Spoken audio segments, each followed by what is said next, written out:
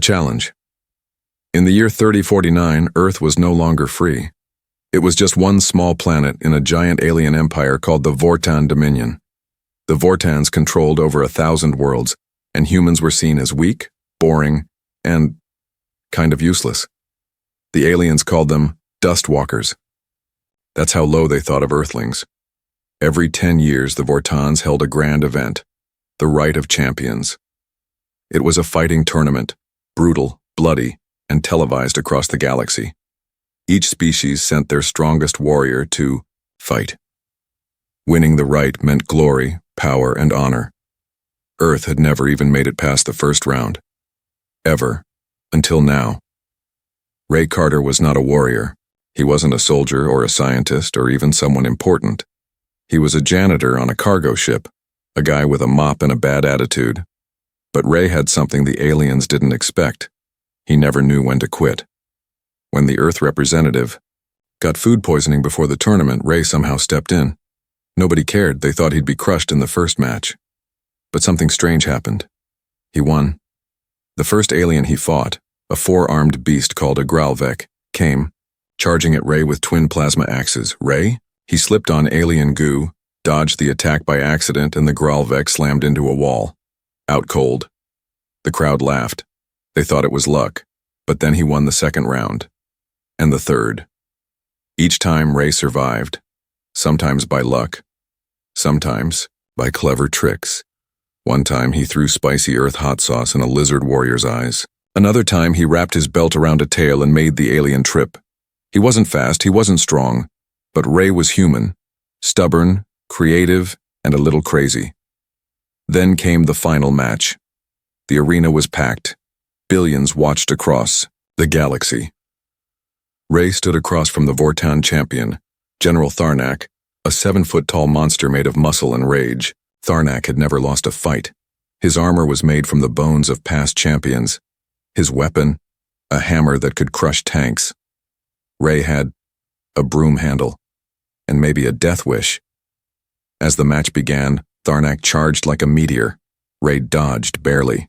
The ground cracked where the hammer hit. Ray rolled under the alien's legs, climbed his back, and jabbed him in the eye with a piece of broken antenna. Tharnak roared in pain.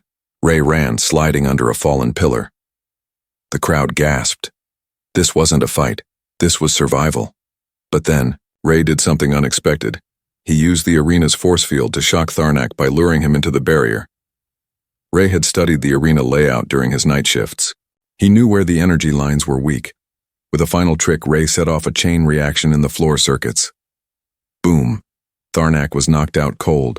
Ray Carter had won. Silence. Then the crowd exploded into cheers, screams, and total chaos. A human had won the Rite of Champions. First time in history, Ray stood bruised, sweaty, and half dead, but smiling.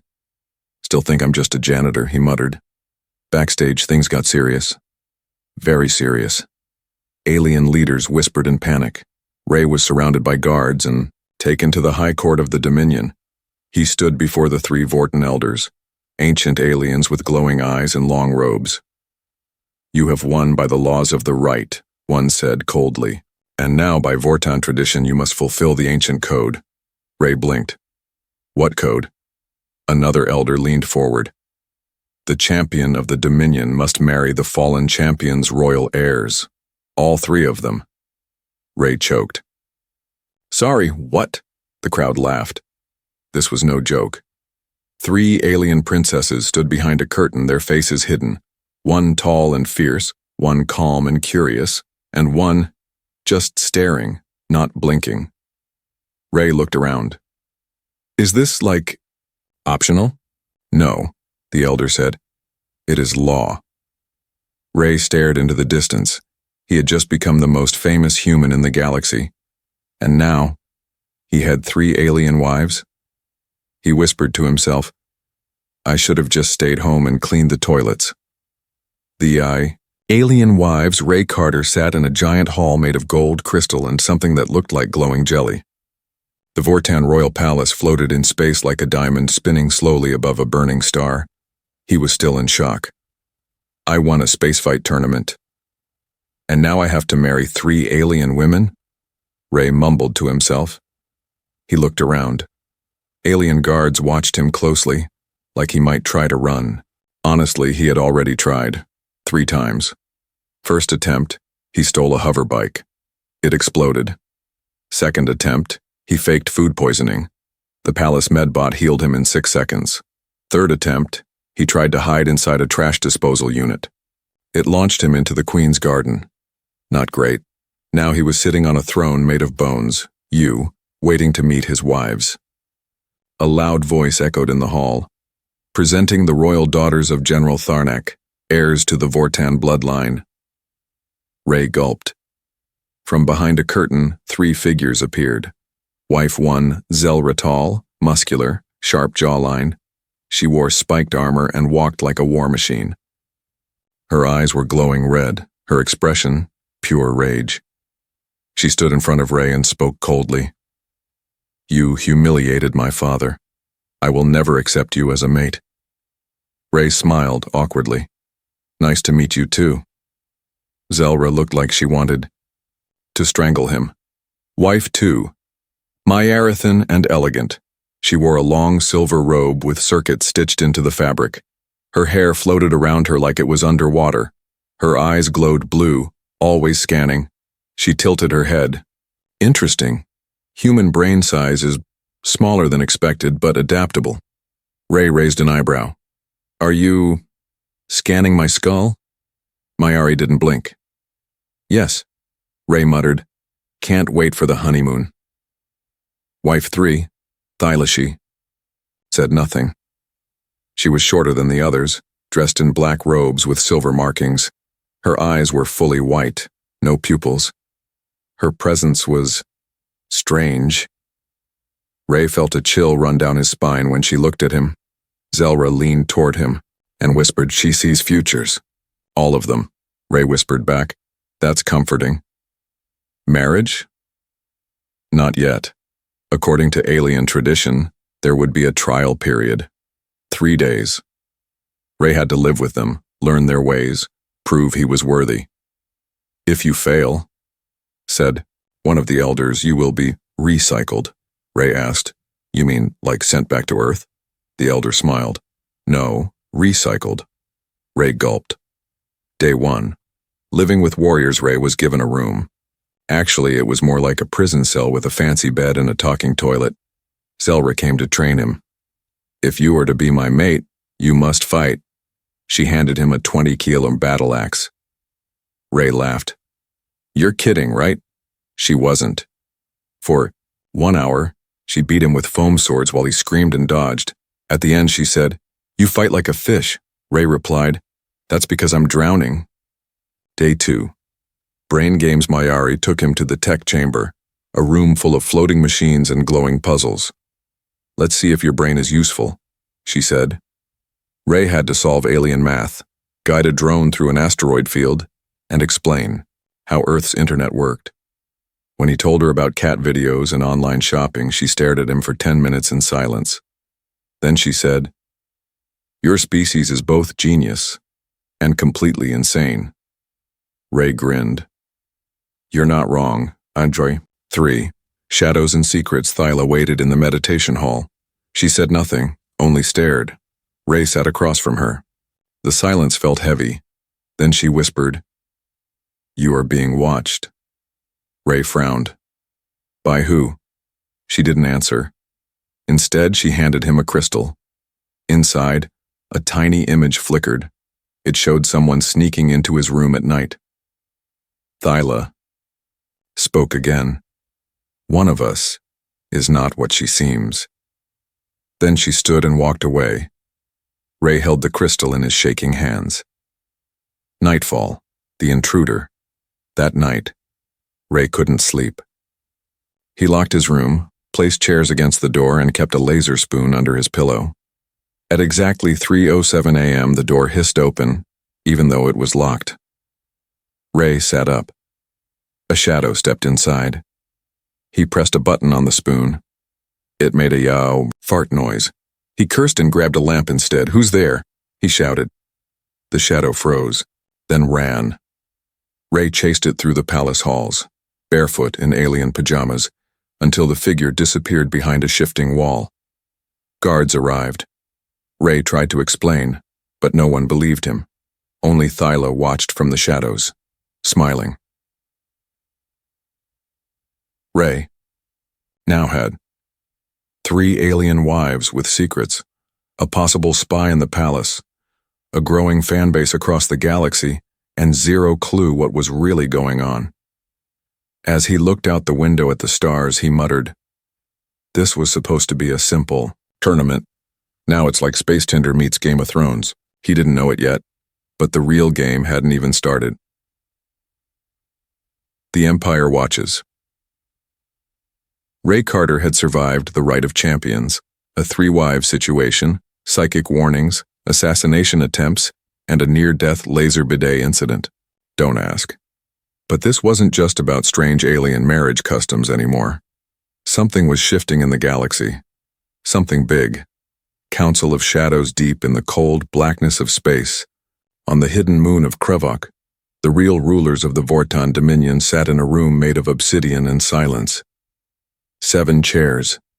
7 alien figures, masked, cloaked, unseen by the public. The silent circle. A glowing image floated in front of them. Ray Carter, eating noodles with chopsticks and accidentally stabbing himself in the eye. One of the masked leaders spoke, his voice a slow hiss. "This human has broken a sacred order." Another voice replied, sharp and metallic. "He defeated Tharnak, disrupted royal bloodlines, and now commands the attention of billions. It's dangerous." A third voice, old and wise, "Or useful. The people love him. Perhaps we can control him." A vote began, fingers raised, voices silent. 4 said eliminate, 3 said use. The decision, watch, wait, manipulate. Ray's popularity problem. Back on the floating palace, Ray had become an overnight sensation. Alien teenagers wore "Ray is Bae" shirts. Merch was everywhere. Action figures, hologram pillows, even a Ray brand spicy sauce called Janitor. Juice. Ray hated it. "I just wanted to clean floors and maybe eat a burrito in peace," he groaned, dodging a drone trying to interview him. But fame had its perks. He now had access to restricted areas of the palace. He even had a personal AI assistant, a floating orb named Blip, who called him Champion Bro. Blip whispered, "You have 6 million fan messages today. One says they want to name their moon after your nostril hair." Ray sighed. This is getting out of hand. Secret within the palace. One night, while trying to find the bathroom, which kept moving because aliens are weird, Ray heard strange sounds from behind a sealed door. Voices, familiar ones. He pressed his ear to the door. It opened by itself. Inside was Mayari, the tech genius wife, speaking to someone through a secret hologram. Ray stepped back into the shadows. Mayari. He's smarter than I expected. Curious, but clumsy. Unknown voice. That human must be kept close. If he learns the truth, the prophecy could activate. You know what's at stake. Mayari. He won't. I've locked his access to the old data vaults. He still thinks his talking spoon is a weapon. Ray froze. Prophecy? Vaults? Truth? He didn't know what was happening, but one thing was clear. Someone wasn't telling him everything. Zelra's warning, the next morning, during another painful training session with Zelra, involving energy swords and Ray crying inside. She said something unexpected. "You're being watched, Carter." Ray winced. "Isn't everyone watching me? I'm basically a walking meme." Zelra didn't smile.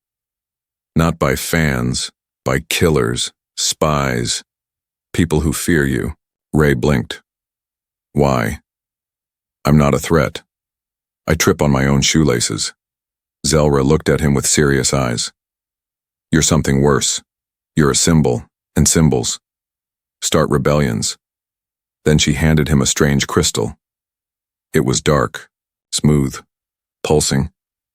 "This is from the outer colonies," she said. "They're already chanting your name. Human who broke the champion. They think you're the one to break the whole system. Ray held the crystal, confused, afraid.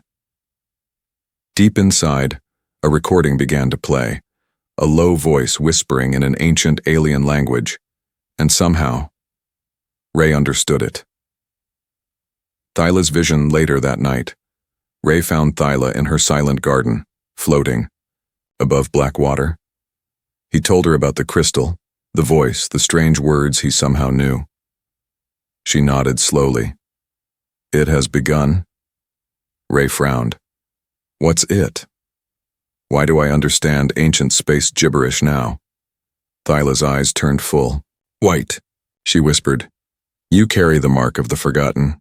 You were not chosen by chance, you were awakened. Ray shook his head. Nope, no awakening. I'm just a mop guy with bad luck. She placed her hand on his chest. The truth is buried deep, and when it rises, so will the war. Before Ray could ask more, the garden shook. A loud alarm began blaring across the palace.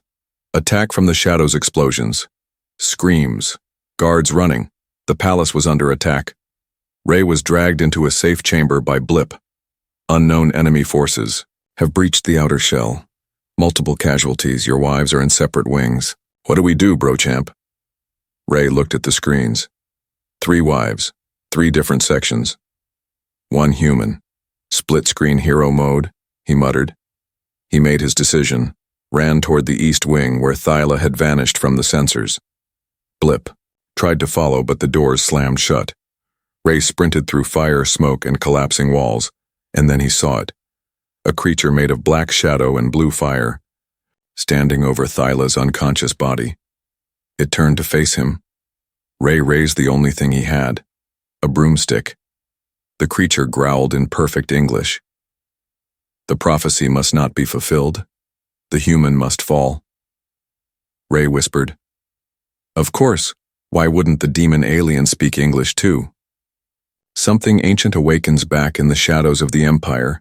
The silent circle watched the chaos unfold, and one of them, the oldest one, removed his mask for the first time in 400 years. He was human, and he smiled. He has no idea what he really is, but he will, soon. The assassin. The palace smelled like smoke. Ash floated through the air like burned feathers. The once glowing walls were cracked, wires hanging like vines in a jungle of broken tech. Ray stood over the creature made of shadow and fire, still gripping a scorched broomstick. Thyla lay behind him, breathing. Barely. The creature hissed one last time. You were not supposed to survive. Then it exploded into dust and light. Ray stumbled back, coughing. What the hell is happening to my life? Silent aftermath security drones swarmed the palace. Alien guards ran around scanning for intruders, while medbots healed injured nobles and servants. Thyla was taken to the Mind Wing, a high-security recovery zone. She hadn't woken up. Zelra blamed herself. Mayari disappeared. Ray? He sat in the debriefing chamber with a cracked helmet, a bloody nose, and 1,000 questions. Someone sent a literal nightmare beast to kill me, he said, sipping lukewarm alien tea. That's normal around here, right? The palace commander, General Krivnox, a lizard with metal legs, narrowed his eyes. Nightmare creatures haven't existed for centuries. They're part of old Vortan myth. Ray threw up his hands. Well, someone just rebooted the myth with full special effects. The commander said nothing, then leaned forward. Stay alert, human. I believe that was not a random attack. I believe it was an assassin. Assassin's mark later that night, while Ray was sulking in his chamber, eating spicy noodles and contemplating, faking his own death again, something strange happened. Blip, his AI orb, floated toward him. Hey, champion bro. I scanned the ashes from the creature. Guess what? DNA traces found. Ray blinked.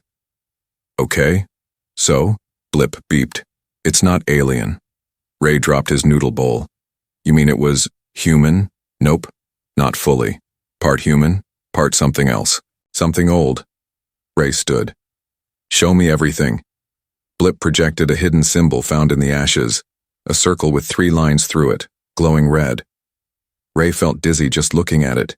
He had seen that symbol before, in a dream. The secret room determined to get answers. Ray sneaked through the palace halls with a stolen ID chip, a security poncho, and a banana, just in case. He found the old data vaults, previously locked by Miari. Now, thanks to blips, hacking skills, and mild bribery with a cookie, the door opened. Inside, darkness, dust, forgotten files, holograms of ancient wars, forbidden scrolls, data crystals filled with glowing alien text. One glowing file caught his eye. Subject Alpha 92, Earth Origin Hybrid Project. He opened it. His face stared back at him. A much younger Ray. Same face, same eyes, but from 300 years ago. Ray staggered back. What the hell? Then the file self-destructed. Ray ran. Miari's betrayal. Ray stormed into Miari's lab, waving a glowing data chip. You lied to me. Miari didn't look surprised. You weren't ready. Ready for what? Ray yelled. Why is my face in a 300-year-old file? Who am I? Miari finally looked at him. You're not just a janitor, Ray. You're something forgotten. A prototype. Ray blinked. Of what? Miari whispered. A weapon. Before she could explain more, the lights cut out. The walls went black. Blip screamed, Intruder alert! The assassin arrives, a figure dropped from the ceiling like a ghost. Dressed in all black armor, no face, no voice, just cold silence and deadly movement. The assassin moved like smoke, fast, silent, surgical. Ray grabbed a chair and hurled it. Missed. Miari activated a defense field. It fizzled. Sabotaged. The assassin slashed at Ray with a blade that bent in midair. Ray ducked, slid under a table, grabbed a random glowing orb and threw it. It turned out to be a scent bomb. The room exploded in purple fog that smelled like cinnamon and space socks. Miari screamed. Ray swung a broken pipe and landed a hit. The assassin stumbled. Then vanished. A clue. Left behind, all that remained was a small knife embedded in the wall. On its handle, the same 3-line symbol. Ray picked it up, shaking. He had nearly died. Again. And he wasn't even sure why yet. Miari, coughing, said something that chilled him. This was not a hired killer. This was a test. Test. For what? Ray asked. She looked him dead in the eyes. To see if you'll awaken before they decide to destroy you. The truth. Beneath later, Ray sat by Thyla's side in the recovery wing. She finally opened her eyes. Her voice was weak but calm. They will send more. Stronger. Why me? Ray asked. She smiled faintly. Because you're the only one. Who can break the chain? Ray frowned. What chain? Thyla reached for his hand. The chain that keeps the Empire alive. Ray whispered. You mean, I'm supposed to destroy it? She closed her eyes again. No, you were made to. The real assassin. Watches far away, on a black asteroid orbiting a dead sun. The real assassin, the one who trained the shadow being, stood in the dark, watching Ray through a glowing mirror. She was tall, cloaked in void silk, her eyes black with a white ring. She whispered, Let the fools play. The janitor may mop blood today, but tomorrow he drowns in it. She turned to a chamber filled with clones, each one of them shaped like Ray. The betrayal. Ray Carter didn't sleep anymore, not because of the nightmares, though those were plenty, but because every time he closed his eyes, the same dream came back. Him, standing in front of billions, wearing armor made of light, and behind him, the galaxy burning. He always woke up before it ended, but the fire always felt real. The calm. Before Ray stood alone on the palace's observation deck, staring at the stars. So much had changed. He had gone from just a janitor to galactic champion, married 3 alien wives, survived 2 assassination attempts, discovered. He might be some kind of ancient weapon, and now he was being watched by everyone. Enemies, allies, and those in between. Blip hovered beside him, unusually quiet. Blip, Ray asked, if I'm some sort of human experiment from 300 years. Go. What does that make me? Blip blinked. Honestly?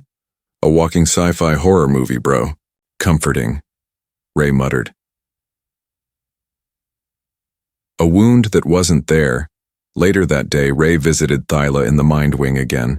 She sat silently, meditating, her psychic energy flaring like soft waves in a pond. He noticed a fresh scar on her arm, one that wasn't there yesterday. Where'd you get that? He asked. She didn't answer. Instead, she stood and looked at him with those white, glassy eyes. One of us will betray you. One of us already has. Ray's chest tightened. What do you mean? Thyla didn't blink. You must choose who to trust and who to let go. Before he could ask more, the alarms blared. Mayari's secret signal emergency sirens echoed through the palace again. But this time, not from an attack, a data leak. Sensitive files had been stolen from Mayari's tech lab. Ray was pulled from his room and brought before the Council of Command. Generals, leaders, scary alien lawyers. One of the generals threw a data crystal on the table. Explain why your wife, Mayari, is sending encrypted signals to Sector 9K, a restricted war zone. Ray blinked. She's doing what now? They showed him footage. Mayari, alone in her lab, whispering into a translator orb, sending energy pulses through a private channel. Ray's stomach sank. She's been transmitting since the day I won. One of the generals said, to someone on the outside. He couldn't believe it. Was this the betrayal Thyla spoke of? Zelra's confession. Ray went straight to Zelra. He found her alone, sharpening her twin blades, looking like a space Amazon on caffeine. You knew, didn't you? He said. She paused, didn't look at him. I suspected, she said. But suspicion isn't proof. Ray stepped closer. Why didn't you tell me? Zelra stood, eyes blazing. Because I don't know who the enemy is, Ray. You think I trust anyone here? He looked at her. For once there was no armor, just pain, exhaustion. She dropped her weapon. Even you scare me. You fight like someone who's never been trained, but somehow you win. You speak ancient languages in your sleep. You glow when you're angry. Ray stepped back, heart racing. Wait, glow? She nodded slowly. You're changing and you don't even see it. The truth about Mayari that night, Ray broke into Mayari's lab, again, with Blip's help. This time they cracked into her private core server. Hidden behind layers of encryption, they found one video file. It was old. A message from Mayari to someone called Commander Vale, a name Ray hadn't heard before. The experiment is waking up. He is stronger than projections. Emotional responses are unpredictable. But if I stay close, I can still control him. He trusts me. That is our advantage. Ray paused the video. His hands were shaking. She had been watching him, studying him like a rat in a lab. He watched the rest. If things go wrong, I can trigger the shutdown code. Failsafe Alpha 9. You know where to aim. Ray stood in silence for a long time. Blip finally said, Bro, we need to leave. Like yesterday. The confrontation Ray didn't hide. He waited. In his chamber. Calm. Angry. Betrayed. When Mayari entered, her calm face faltered just a little. You saw the files, she said. I did, Ray said quietly. I can explain. He raised a hand. Please don't, she sighed. I never wanted to hurt you, but I had a duty. You're not just a man, Ray. You're a relic. A weapon. You were designed to stop the next war before it begins. And what if I don't? Want to be a weapon? Ray asked. She stepped closer. Then you'll die, because someone else will pull the trigger first. She reached into her coat. Ray grabbed his mop stick instinctively, but instead of a weapon, she pulled out a small, glowing cube. It hummed softly. Alpha 9, failsafe, she whispered. One press, And you shut down. Ray stared at it. Then, her tears in her eyes. I don't want to use it, she said, but they will. I'm just trying to keep you alive. Ray stepped back. His voice was cold. You betrayed me. She looked down. I loved you, she said. I just loved the mission more. Shattered trust. Ray didn't tell the council. Not yet. He couldn't decide what was worse, being betrayed by someone he cared about or realizing he might not be real at all. Was he even human or just something made to win a war he didn't understand? As he wandered the halls trying to think, he passed a mirror. And for a brief second, just one flicker, his reflection didn't match. It smiled when he didn't. The puppet masters moved far above the stars, aboard the Oblivion throne. The silent circle met again. The human elder watched the footage of Mayari showing Ray the failsafe. He smiled. She has made her choice. Let him feel pain. Let him feel betrayal. Why? Another asked. Because only when he is broken will he wake up. Outside the throne's chamber, a dozen warships silently turned toward Earth. Alliance. Of misfits, Ray Carter was done being confused. He was done being used, and most importantly, he was done being alone. The prophecy was real. The silent circle was preparing something massive, and Earth, his home, was sitting like a naive potato in the middle of a galactic war soup. Someone had to stop it. Someone had to break the system, and unfortunately, that someone was probably him. Trust issues and Toast Ray sat in a small repair bay deep in the underbelly of the palace. He was trying to fix an old toaster to distract himself, but it kept launching bread slices at 400 km/h. The thing had rage issues. Across the table, Zelra stood with her arms crossed. Are you sure about this? She asked. Ray didn't look. You mean trusting people again after one wife betrayed me and the other one speaks only in riddles? Yeah, no, not sure at all. Zelra smirked. Good, being sure gets people killed. Ray nodded. Welcome to Team Maybe. The recruitment begins. Ray needed a crew, not politicians, not soldiers. He needed outcasts, people the Empire wouldn't suspect, people who didn't follow rules. Target 1, Schizo, the junk hacker. An alien with 6 arms, a coffee addiction, and the ability to hack anything, including vending machines and people's dreams. They found him hiding in a space scrapyard arguing with a toaster that owed him money. Schizo. You want me to hack the Dominion's defense grid? That's insane. Ray, you can keep the toaster. Schizo, I'm in.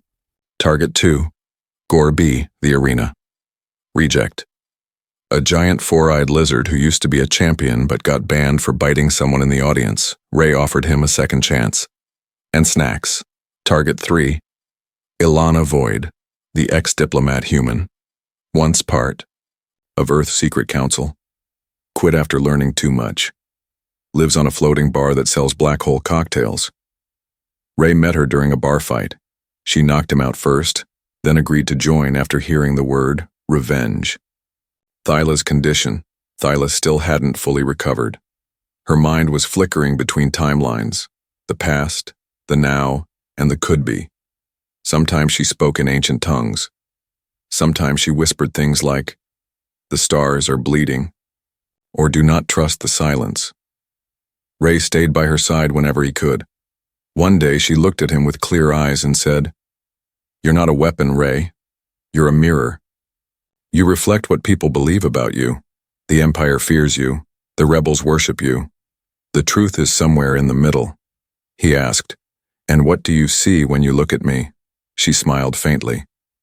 Chaos with a kind heart. The plan. The team gathered inside an old cargo freighter Ray borrowed from the palace's forgotten hangar bay. It smelled like old socks and betrayal. Perfect. They called it the bucket. Schizo wanted to name it the sexy eggplant, but was outvoted. The mission? Break into the Vault of Echoes, a secret underground archive beneath the capital planet.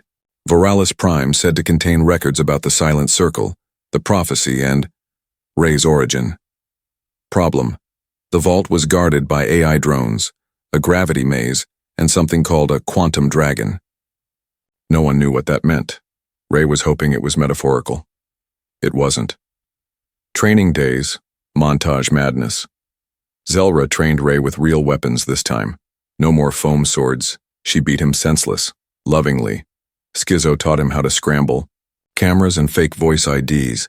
They blew up 6 toilets in the process. Gore B taught hand-to-hand combat. Ray mostly just got thrown into walls. Alana coached him on diplomacy. Ray tried a speech once. The audience threw chairs. One guy proposed to him, and slowly, Ray got better, faster, smarter, stronger. Not a soldier, not a savior, but something new, something human, and beyond. The betrayer returns on the last night.